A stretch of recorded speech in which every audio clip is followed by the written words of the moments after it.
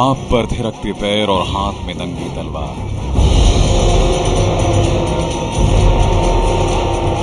ये तस्वीरें थोड़ी पुरानी सी हैं, लेकिन जिस शख्स ने हाथ में तलवार थाम रखी है उसने हाल ही में गुजरात के मुख्यमंत्री नरेंद्र मोदी पर इल्जामों के ऐसे वार किए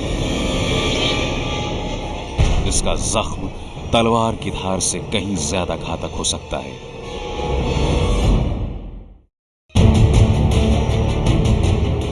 हाथों में तलवार थामे ये तस्वीरें उस शख्स की जो 2007 से पहले गुजरात के सबसे तेज तर्रार पुलिस अफसर के तौर पर मशहूर था।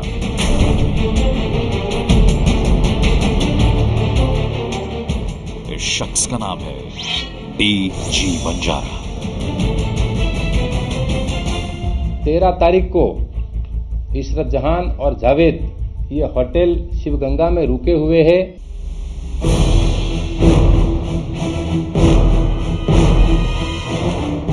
1987 बैच के IPS अधिकारी DG वंजारा ने 33 साल तक गुजरात पुलिस की सेवा करने के बाद अपने पद से इस्तीफा दे दिया, लेकिन अपने इस्तीफे के साथ ही उन्होंने नरेंद्र मोदी और उनके सबसे करीबी सिपहसालार अमित शाह पर लगाए हैं कई संगीन इल्जाम। व्यक्ति विशेष में आज हम वंजारा के लगाए उन्हीं आरोपों की पड़ताल करेंगे। साथ ही आपको बताएंगे अमित शाह की दिलचस्प कहानी की कैसे अटल बिहारी वाजपेयी और लाल कृष्ण आडवाणी जैसे दिग्गजों के साए से निकलकर अमित शाह बन गए नरेंद्र मोदी का हमसाया।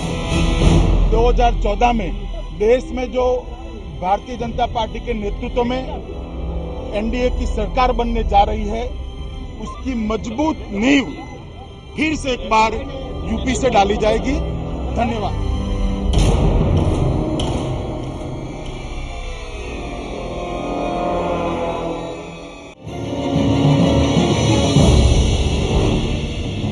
अप्रैल 2007 में गिरफ्तार होने से पहले DG वंजारा गुजरात पुलिस के एक सुपर कॉप थे।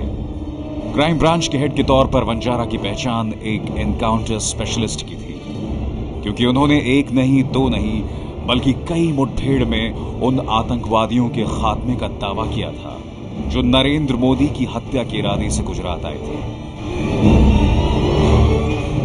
लेकिन जब वंजारा के एनकाउंटर का फर्जीवाड़ा खुला तो वो जेल की सलाखों के पीछे बंद हो गए और अब 6 साल बाद वंजारा ने जेल से ही अपने इस्तीफे के साथ नरेंद्र मोदी पर फेंका है चिट्ठी बॉम्ब। मोदी सही कहते हैं कि उन्हें भारत मां का कर्ज चुकाना है, लेकिन दिल्ली कूच करने की जल्दी में वो जेल में पड़े पुलिस अधिकारियों का कर्ज चुकाना भूल गए। मोदी उन पुलिस अधिकारियों का कर्ज चुकाना भूल गए जिन्होंने उन्हें बहादुर मुख्यमंत्री का तमगा दिलवाया। वंजारा ने एक बहुत सेंसिटिव बात कही है, अगर हमारी जगह जेल में है, तलोजा जेल में, तो पूरी सरकार की जगह भी जेल में होनी चाहिए। तो उनका इशारा किसके पर है? नरेंद्र मोदी पर भी है और अमित शाह पर है। तो काफी इनके मोरल पर, पर्टिकुलरली अमित शाह की और नरेंद्र मोदी जी की मोरल पर ये असर कर सकता है। वंजारा के आरोप अपनी जगह हैं, लेकिन यह भी सच है कि वंजारा का करियर ग्राफ उस दौर में चढ़ा जब 2001 में नरेंद्र मोदी गुजरात के मुख्यमंत्री बने। खैर, वंजारा ने आगे नरेंद्र मोदी के करीबी और गुजरात के पूर्व गृह राज्य मंत्री अमित शाह पर भी आरोपों की बौछार की है। मैं आज तक इसलिए चुप था क्योंकि मुझे मोदी पर पूरा यकीन था, जिन्हें मैं भगवान मानता था। लेकिन अमित शाह की बुरी संगत में वो जिम्मेदारी भूल गए। पिछले 12 साल से अमित शाह नरेंद्र मोदी की आंख और कान बने हुए हैं। अमित परोक्ष रूप से गुजरात की सरकार चला रहे हैं। गुजरात की राजनीति में अगर किसी का भी ज्यादा चलता है, इसमें 2 या 3 लोग हैं, इसमें से सबसे प्रमुख वो अमित शाह है। काफी ऐसी चीजें होंगी जो अमित शाह जानते हैं, जिनके डिसीजन में गुजरात के मुख्यमंत्री का भी सहयोग रहा होगा। तो अगर अमित शाह जी को मदद नहीं की जाती गुजरात के मुख्यमंत्री की ओर से, तो ये वंजारा ने जो कहा वैसी काफी कुछ चीजें अमित शाह भी कह सकते हैं। वंजारा, मोदी और अमित शाह के बीच आरोपों के इस कनेक्शन की पड़ताल करेंगे हम आगे, लेकिन पहले एक नजर अमित शाह पर। कौन है ये अमित शाह और बीजेपी में क्यों और कैसे अचानक बढ़ गया उनका रुतबा और रुआब। अमित शाह बीजेपी की राजनीति में एक ऐसा नाम जिसे कि बीजेपी के प्रधानमंत्री पद के उम्मीदवार के सबसे बड़े दावेदार नरेंद्र मोदी का काफी करीबी माना जाता है। अमित शाह महज 49 साल के हैं, लेकिन मोदी से वह पिछले 2 दशक से भी ज्यादा समय से करीब हैं और मोदी के साथ उनकी यही करीबी उन्हें बीजेपी की गुजरात की राजनीति से ऊपर ले जाकर अब बीजेपी की राष्ट्रीय राजनीति में महत्वपूर्ण हिस्सा बना चुकी है। यूपी की ही बात करें तो वहां अभी बीजेपी ऐसे डेस्परेट सिचुएशन में है कि उसको किसी न किसी तरीके से लोकसभा में अच्छी सीट्स लानी है, तो वहां एक ऐसा नेता चाहिए, ऐसे व्यक्ति चाहिए जो कम से कम इन सब चीज़ों को अच्छी तरह से कोऑर्डिनेट कर सके और यही शायद नरेंद्र मोदी को लगा होगा, क्योंकि चूंकि वो चुनाव प्रचार समिति के अध्यक्ष हैं तो उनको लगा होगा कि जिस आक्रामक तरीके से अमित शाह ये काम कर सकते हैं उसका अंजाम वो यूपी में भी दे पाएंगे। महज 3 साल पहले सीबीआई ने जब गुजरात के गृह राज्य मंत्री अमित शाह को सोहराबुद्दीन शेख फर्जी मुठभेड़ मामले में आरोपी बनाया और गिरफ्तार कर उन्हें जेल भेजा गया, तब ऐसा माना गया कि अमित शाह का राजनीतिक करियर अब खत्म हो चुका है। लेकिन सुप्रीम कोर्ट से जमानत मिलने के बाद अमित शाह ने 2012 के गुजरात विधानसभा चुनाव में उतरकर एक बार फिर बाउंस बैक किया।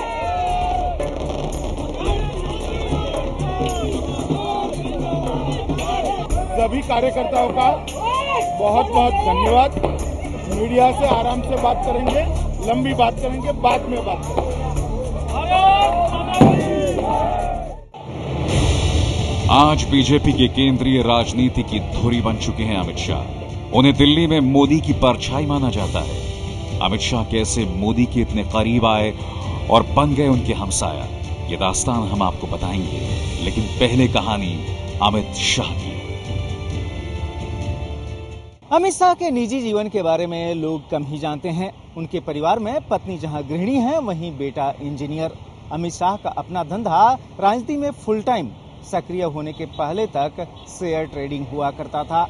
अमित शाह घर के अंदर जहां खुलकर चर्चा करते हैं, वहीं बाहर रिजर्व रहते हैं और बहुत ज्यादा लोगों पर भरोसा नहीं करते।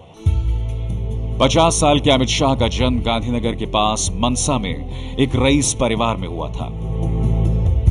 कहते हैं कि उनके पिता अनिल चंद्रा उनके लिए लाखों रुपए के शेयर छोड़ गए। शायद यही वजह है कि अमित शाह ने शुरुआत में अपने शेयर ब्रोकर का धंधा आजमाया, लेकिन जब उनके तार राष्ट्रीय स्वयंसेवक संघ से जुड़े तो वो संघ के स्वयंसेवक बन गए और फिर संघ के जरिए बीजेपी में एंट्री मारकर बन गए फुल टाइम पॉलिटिशियन। उसके बाद भारतीय जनता पार्टी की मदद से वो कोऑपरेटिव फील्ड्स में आए। मतलब कि अहमदाबाद डिस्ट्रिक्ट कोऑपरेटिव बैंक, जो एक गुजरात की बहुत बड़ी सहकारी बैंक मानी जाती है, वो बैंक में उन्होंने अपना काम शुरू किया। तो अगर एक आदमी अहमदाबाद डिस्ट्रिक्ट कोऑपरेटिव बैंक का चेयरमैन बन जाता है तो इवन अदरवाइज वो वैसे भी पॉलिटिकली पावरफुल बन जाता है। 2002 में जब मोदी गुजरात के मुख्यमंत्री बने तो अमित शाह उनकी कैबिनेट में सबसे कम उम्र चेहरा थे, लेकिन नरेंद्र मोदी ने अमित शाह को ही सबसे ज्यादा 10 विभाग सौंप दिए। कहा जाता है कि असल में ये मोदी ने अमित शाह को केशुभाई पटेल से बेवफाई करने का इनाम दिया था, क्योंकि 2001 में जब बीजेपी ने मुख्यमंत्री केशुभाई पटेल को हटाकर नरेंद्र मोदी को गुजरात की कमान सौंपी थी, उस वक्त पर्दे के पीछे अमित शाह ने ही नरेंद्र मोदी के लिए दिल्ली में फील्डिंग सजाई थी। जब केशुभाई और नरेंद्र मोदी के बीच में जब वो एक कॉन्फ्लिक्ट चल रहा था और नरेंद्र मोदी जब गुजरात में से केशुभाई को हटाना चाहते थे, उस वक्त अमित शाह ने नरेंद्र मोदी जी को जो भी यहाँ से लोगों को ले जाना था और दिल्ली हाईकमांड के पास जो भी रिप्रेजेंटेशन करना था, वो काम नरेंद्र मोदी के लिए वो अमित शाह ने किया और केशुभाई को हटा दिया गया। तो नरेंद्र मोदी पर उनका काफी एहसान रहा था, इसीलिए वो नरेंद्र मोदी ने फिर से अपना एक मिनिस्टर बना दिया। ब्रेक के बाद हम आपको बताएंगे अमित शाह की आगे की कहानी, कि कैसे शेयर ब्रोकर से वो बन गए राजनीति की दुनिया के किंग मेकर। राजनीति की दुनिया में आज सबसे चमकदार नाम है नरेंद्र मोदी, लेकिन मोदी की इस चमक के पीछे एक परछाई भी छुपी है और उस परछाई का नाम है अमित शाह। गुजरात के गृह राज्य मंत्री रहे अमित शाह पर सबसे बड़ा इल्जाम है फर्जी एनकाउंटर कराने का,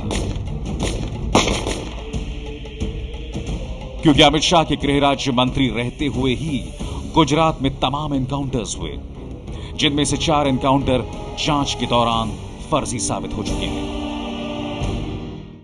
मुझे लगता है कि ऐसा ही शासन ये 8 साल में चला और टेररिज्म की काफ़ी बातें हुई, लेकिन जो टेररिस्ट बन के यहाँ आए थे उनका भी उपयोग गुजरात सरकार के कुछ मंत्रियों ने किया है फॉर एक्सटोर्शन। वो भी बातें सोहराबुद्दीन और तुलसी प्रजापति वाले केस में उठ के आ रही है। गुजरात सरकार में मंत्री रहते हुए अमित शाह पर इल्जामों की फहरिस्त लंबी है, लेकिन अब बात अमित शाह के राजनीतिक करियर में आए उस टर्निंग पॉइंट की जिसने उन्हें बना दिया नरेंद्र मोदी की परछाई। 90 के दशक की शुरुआत में जहां गुजरात में बीजेपी लगातार मजबूती की तरफ बढ़ती चली गई, वहीं अमित शाह का भी सियासी कद ऊपर बढ़ने लगा। युवा मोर्चा के जरिए बीजेपी की राजनीति में कदम रखने वाले अमित शाह के राजनीतिक करियर में बड़ा मौका तब आया जब उन्हें 1991 में लाल कृष्ण आडवाणी के इलेक्शन कैंपेन का इंचार्ज बनाया गया। आडवाणी 1991 में गांधीनगर से लोकसभा का चुनाव लड़ने आए। आडवाणी जी गांधीनगर की सीट यहाँ पे अहमदाबाद वेस्ट वाली सीट से वो लड़ने वाले रहे तो उस वक्त भी अमित शाह ने वो आडवाणी जी की पूरी इलेक्शन की कैंपेन के मैनेजर और स्ट्रेटेजी सभी और उसकी पूरी कमान वो अमित शाह के पास रही। इस वजह से वो LK आडवाणी जी के भी काफी नजदीक आ गए और आडवाणी जी के भी बहुत एक विश्वासु साथीदार बन गए। तो आडवाणी जी के दिल में भी उनके प्रति बड़ी एक सम्मान की भावना हुई। गांधीनगर से आडवाणी की चुनाव जीतने के बाद गुजरात बीजेपी में अमित शाह का कद तेजी से बढ़ता चला गया। अमित शाह पार्टी में एक माहिर रणनीतिकार के तौर पर डिमांड में आ गए और इसीलिए 1996 का लोकसभा चुनाव लड़ने के लिए जब अटल बिहारी वाजपेयी ने गुजरात का रुख किया तो उनका चुनाव मैनेजमेंट संभालने वाला नाम था अमित शाह। क्योंकि अटल बिहारी वाजपेयी तो खुद अहमदाबाद में रह सकते नहीं थे, उनको पूरे देश में दौरा करने का था, तो वो उस इलेक्शन की पूरी कमान वो अमित शाह को सौंपी गई थी। अमित शाह की राजनीति तो अहमदाबाद शहर के इर्द गिर्द ही सीमित थी, लेकिन मोदी से उनकी करीबी और साथ में आडवाणी और वाजपेयी जैसे बड़े नेताओं का वरद हस्त। 1995 में जब बीजेपी की पहली सरकार गुजरात में बनी तो इसका लाभ अमित शाह को भी मिला और वो राज्य के एक बड़े सरकारी कॉरपोरेशन यानी गुजरात राज्य वित्त निगम के अध्यक्ष बनाए गए। केशव भाई के समय में वो जब मंत्री बने तो उस वक्त वो बड़े लो प्रोफाइल थे। वो उतना केशव भाई के समय में उतने पावरफुल मिनिस्टर नहीं गिने जाते थे, लेकिन जब नरेंद्र मोदी वापस आए और नरेंद्र मोदी को गुजरात वापस लाने में अहमद शाह की भी एक अहम भूमिका थी, तो नरेंद्र मोदी को लगा कि ये बहुत बड़ा स्ट्रेटेजिस्ट है। अगर ये अमित शाह जैसा आदमी हमारे पास रहे तो मतलब कि उनको जो भी पॉलिटिकली जो भी मैनोवर करना था या मैनिपुलेट करना था वो सिर्फ अमित शाह कर सकते थे। और इसीलिए नरेंद्र मोदी के गुजरात में चीफ मिनिस्टर की पोजीशन पे आने के बाद अमित शाह की काफी तरक्की हुई। लेकिन 90 के दशक के उस दौर में जिन दिनों अमित शाह मुख्यमंत्री केशुभाई पटेल के पाले में खड़े नजर आते थे, उस वक्त आरएसएस से बीजेपी में आया एक और स्वयंसेवक राज्य में केशुभाई पटेल के विरोध का झंडा बुलंद कर रहा था। आरएसएस के उस स्वयंसेवक का नाम था नरेंद्र मोदी। आज की तारीख में वो नरेंद्र मोदी के सबसे करीबी है। आज मान लो कि नरेंद्र मोदी की और आडवाणी जी की अनबन है तो नेचुरली, क्योंकि अमित शाह को पता है कि फ्यूचर किसका है, वो जानते हैं कि फ्यूचर न तो केशव भाई का था न आडवाणी जी का है, तो वो नेचुरली जो आदमी दिल्ली में बैठने के लिए वो प्राइम मिनिस्टर इन वेटिंग है तो नेचुरली वो आज नरेंद्र मोदी जी के साथ रहेंगे। करीब 17 साल पहले नरेंद्र मोदी और अमित शाह एक दूसरे के संपर्क में आए थे और आज लाख इल्जामों के बावजूद नरेंद्र मोदी का साया बने हुए हैं अमित शाह।